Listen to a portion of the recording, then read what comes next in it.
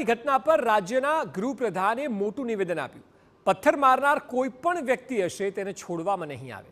Drone, CCTV અને વિડીયોને આધારે આરોપીઓની ધરપકડ કરાઈ છે. પથ્થર મારનાર મોટાભાગના અસામાજિક તત્વોની ધરપકડ થઈ ચૂકી છે. સુરત પોલીસને કડક પગલાં લેવાની સૂચના અપાઈ છે તેવું તેમણે જણાવ્યું.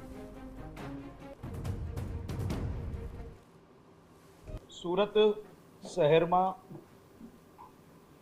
સૈયદપુરા વિસ્તારમાં ગણપતિ પંડાલમાં કાલે અસામાજિક તત્વો દ્વારા જે પથ્થરમારો કરવામાં આવ્યો હતો, સૌ લોકોને પોલીસ દ્વારા તાત્કાલિક ધરપકડ કરવામાં આવી હતી.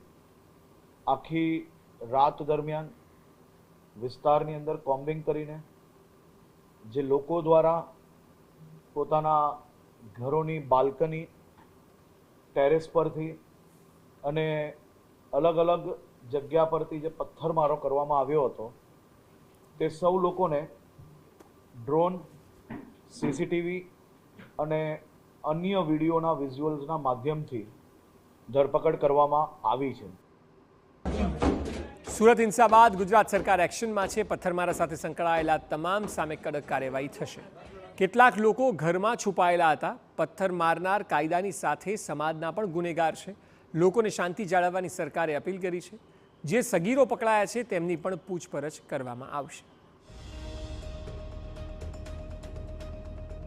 ખાસ કરીને આખી રાત સુરત પોલીસની બધી જ ટીમો દ્વારા ખૂબ મહેનત કરીને આ તમામ લોકોને પકડવામાં આવ્યા છે.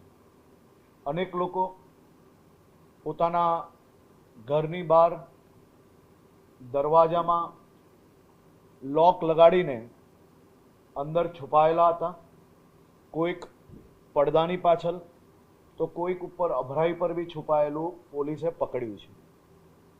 આ બધા જ કિસ્સાને જોતા સાથે સુરત પોલીસને ખાસ સૂચન કરવામાં આવ્યું છે અને પોલીસ દ્વારા બી આ બાબતની ખૂબ જ ગંભીરતાપૂર્વક ધ્યાન આપવામાં આવ્યું છે કે પથ્થર મારનાર એ કોઈ બી વ્યક્તિ હોય એ માત્ર કાનૂની ગુનેગાર નથી, પરંતુ સમાજનો બી ખૂબ મોટો ગુનેગાર છે. પરંતુ એની સાથે સાથે